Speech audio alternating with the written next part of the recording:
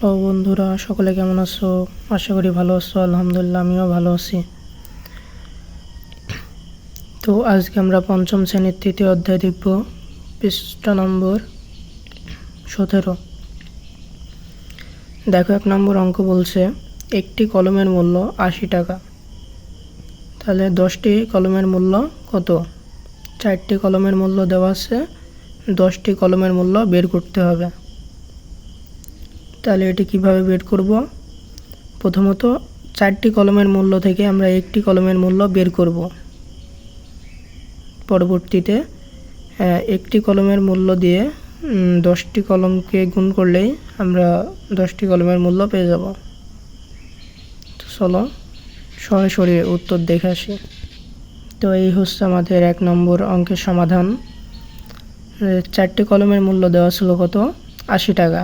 অতএব একটি কলমের মূল্য বের করতে হলে কী করতে হয়? ভাগ করতে হবে। আমরা গত ক্লাসে দেখছিলাম যে কখন গুণ, ভাগ, যোগ, বিয়োগ করতে হয়।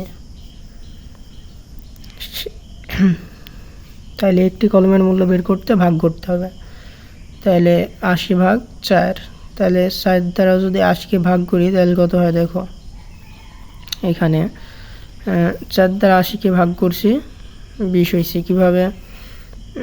4-এর ঘরের নামটা যদি পড়ি, 2 বার পড়লে 4 দুগুণে 8, তাহলে বিয়োগ করলে তো 0 হয়, আমরা 0 দিই না। এরপরে কি আছে? 0 আছে। এখন যদি 0 দ্বারা 4কে ভাগ গুণ করি তাহলে কি হবে?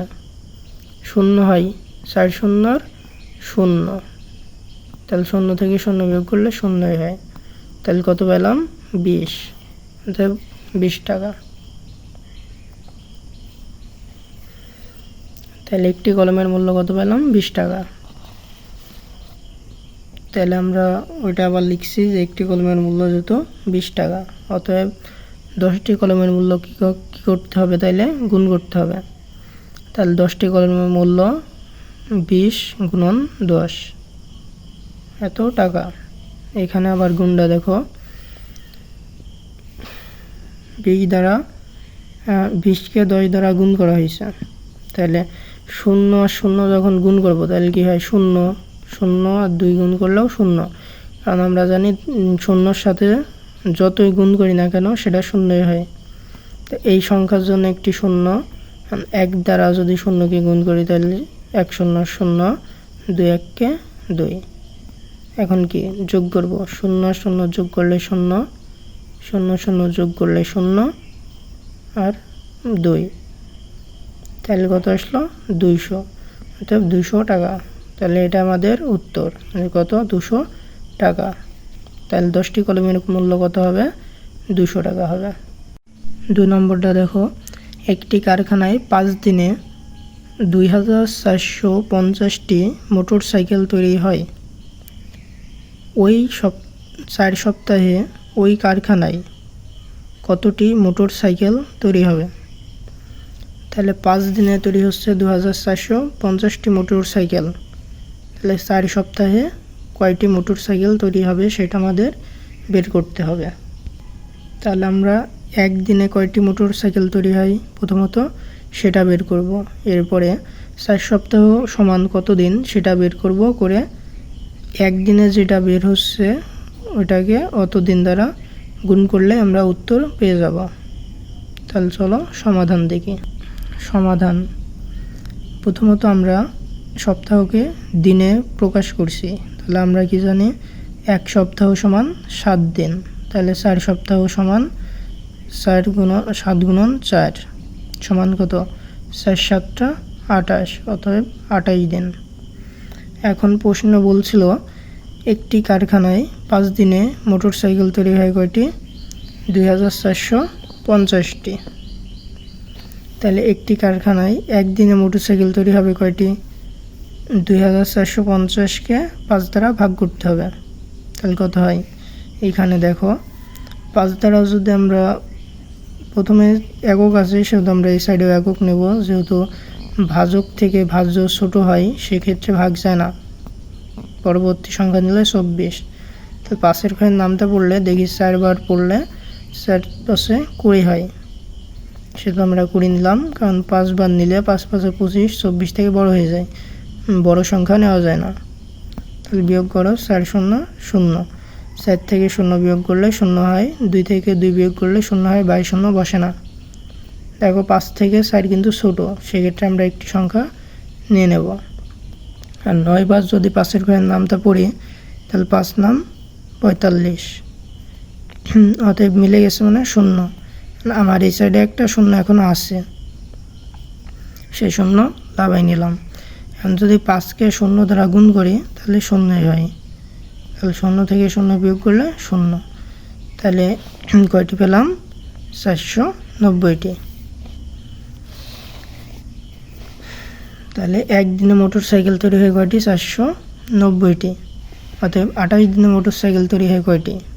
490 গুণন 490 গুণন 28, এতটি।